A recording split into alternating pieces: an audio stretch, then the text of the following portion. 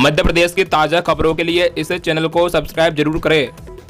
आप सबके प्रयासों से कोरोना संक्रमण अब मध्य प्रदेश में नियंत्रण की स्थिति में है। कल हमने 70,000 से ज्यादा टेस्ट किए, लेकिन उनमें से पॉजिटिव केस आए 2,189, 7,846 स्वस्थ होकर घर वापस गए। पॉजिटिविटी रेट घटकर अब 3.1% के आसपास रह गया है और रिकवरी रेट बढ़कर मतलब स्वस्थ होने वालों की दर 93.39% है। मतलब 100 बीमार जो थे उनमें से 93 से ज्यादा लोग स्वस्थ होकर जा रहे हैं और यह प्रतिशत लगातार बढ़ता जा रहा है। लेकिन निश्चिंत मत हो जाना, संकट अभी टला नहीं है, खतरा अभी बाकी है, वायरस हमारे बीच है। यह बात सही है कि आज 17 जिलों में 10 से कम पॉजिटिव केस आए हैं, लेकिन आज भी इंदौर और भोपाल में बहुत सावधानी की आवश्यकता है। दोनों में लगातार 500 से ज्यादा पॉजिटिव केस आ रहे हैं। रतलाम, रीवा, अनूपपुर, सीधी, इन जिलों को भी ध्यान देने की जरूरत है और ध्यान केवल इनको नहीं, संपूर्ण प्रदेश में देने की आवश्यकता है। यह संक्रमण की दर कम क्यों हुई? इसलिए कि हमने कोरोना कर्फ्यू लागू किया। यह संक्रमण को नियंत्रित करने का मध्य प्रदेश का अलग मॉडल है और वो मॉडल है जनता का, जनता के लिए, जनता के द्वारा मॉडल। अकेले सरकार ने नहीं किया, हमने संकट से निपटने के लिए क्राइसिस मैनेजमेंट ग्रुप्स बनाए। गांव का क्राइसिस मैनेजमेंट ग्रुप, शहर के बाढ़ का क्राइसिस मैनेजमेंट ग्रुप, ब्लॉक के क्राइसिस मैनेजमेंट ग्रुप और जिले के क्राइसिस मैनेजमेंट ग्रुप। जहां जिले में प्रभारी मंत्री के साथ आदरणीय सांसदगण, विधायकगण, कलेक्टर, एसपी, सभी स्तर के जनप्रतिनिधि, सामाजिक राजनीतिक कार्यकर्ता, समाजसेवी, वहीं ब्लॉक में आदरणीय विधायकों ने लीड किया उसको, उनके साथ सरकारी अधिकारी और सामाजिक राजनीतिक दलों के कार्यकर्ता। और हमारा अभिनव प्रयोग रहा गांव का क्राइसिस मैनेजमेंट ग्रुप। सरपंच, पंच, सामाजिक राजनीतिक कार्यकर्ता, पंचायत सचिव, रोजगार सहायक, आंगनबाड़ी कार्यकर्ता, आशा कार्यकर्ता, पटेल, मुकद्दम, एएनएम, चौकीदार, निचले स्तर का अमला भी साथ जुट गया और जो भी फैसले हमने किए वो विकेंद्रित किए। गांव में कोरोना कर्फ्यू कैसे लगेगा, यह फैसला आपने अपने गांव में किया। कौन सी गतिविधि बंद रहेगी, गांव से आना जाना आपने बंद किया। काम कैसे चलेंगे इसका तरीका आपने तय किया। एक कोरोना अभियान चला। गांव के क्राइसिस मैनेजमेंट की टीम सर्वे दल के साथ घर घर पहुंची। आप अगर घर घर ना जाते तो कई लोग बताते ही नहीं कि खांसी और बुखार है। आपने बाकी व्यवस्थाएं भी संभाली, आपका अमूल्य योगदान है। वैसे ही शहर के बाढ़ का क्राइसिस मैनेजमेंट ग्रुप, उसने अपनी वार्ड की व्यवस्थाएं संभाली, बाढ़ में गतिविधियां बंद करने का काम किया, आना जाना नियंत्रित किया। ब्लॉक में कैसे कोरोना कर्फ्यू लागू होगा, कैसे सफल होगा, ब्लॉक के कौन कौन से गांव प्रभावित है, उनको कैसे हम माइक्रो कंटेनमेंट एरिया में ले जाएंगे, कोविड केयर सेंटर कैसे चलेगा, ब्लॉक के अंदर जो बना है उसका फैसला ब्लॉक की क्राइसिस मैनेजमेंट कमेटी ने किया। और संपूर्ण जिले में कोरोना कर्फ्यू कैसे लागू होगा और व्यवस्थाएं कैसे चलेगी, जिला अस्पताल, मेडिकल कॉलेज से जुड़े अस्पताल, इलाज की बाकी व्यवस्थाएं, सारी चीजों पर नियंत्रण जिले के क्राइसिस मैनेजमेंट ग्रुप ने किया। यह मध्य प्रदेश मॉडल है, जन भागीदारी का मॉडल।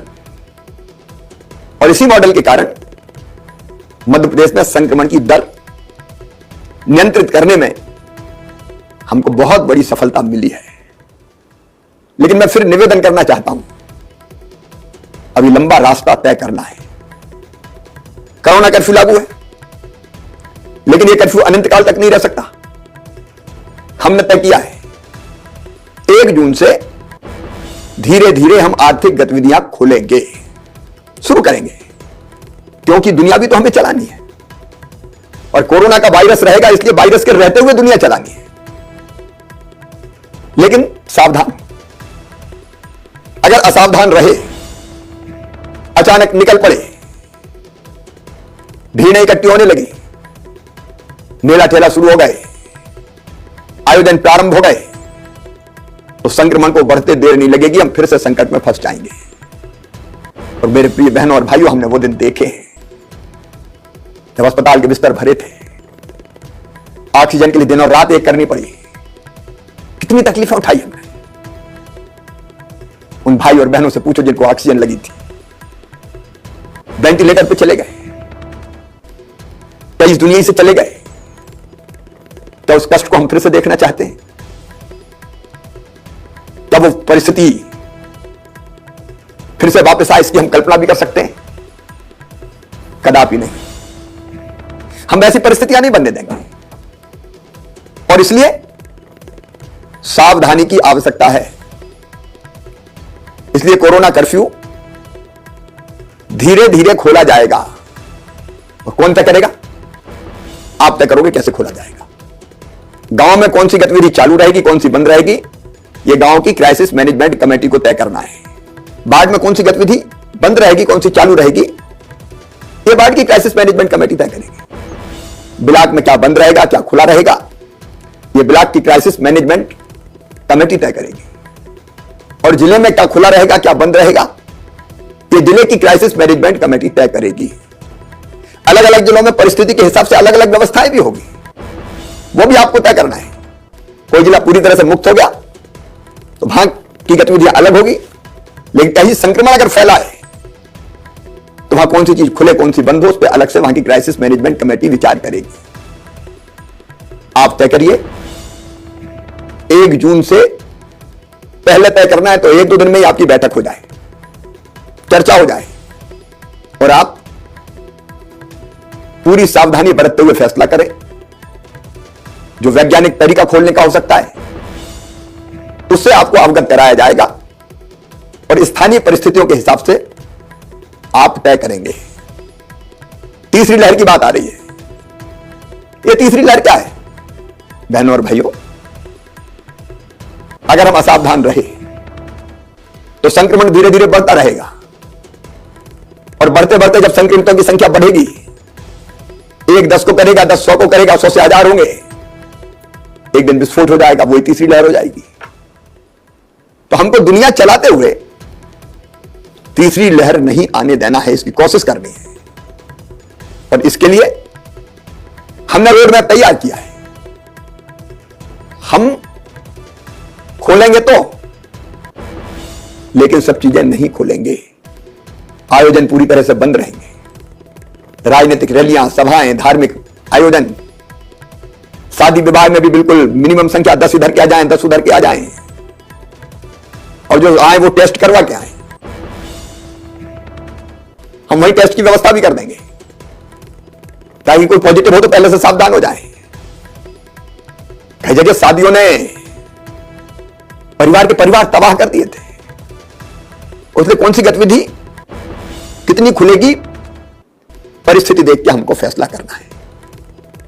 और उन गतिविधियों के चालू रखते हुए अगर मार्केट खुलेगा तो कितनी दुकानें खुलेगी, दुकानदार को कैसे व्यवहार करना पड़ेगा, मास्क लगाए हुए हैं कि नहीं, दुकान के सामने गोले बनाए हुए हैं कि नहीं, ग्राहक का व्यवहार क्या है वो भी तय करना पड़ेगा। और ये इसलिए कि एक से दूसरे को संक्रमण ना फैले, तो वो व्यवहार तय होगा, नियम बनेंगे, धारा 144 लगी रहेगी ताकि भीड़ इकट्ठी ना हो पाए। लेकिन उसके साथ साथ टेस्ट भी जारी रहेंगे। हम लगभग 75,000 टेस्ट रोज करेंगे। फीवर क्लिनिक भी चालू रहेंगे। उसके अलावा मोबाइल टीम भी भेजेंगे।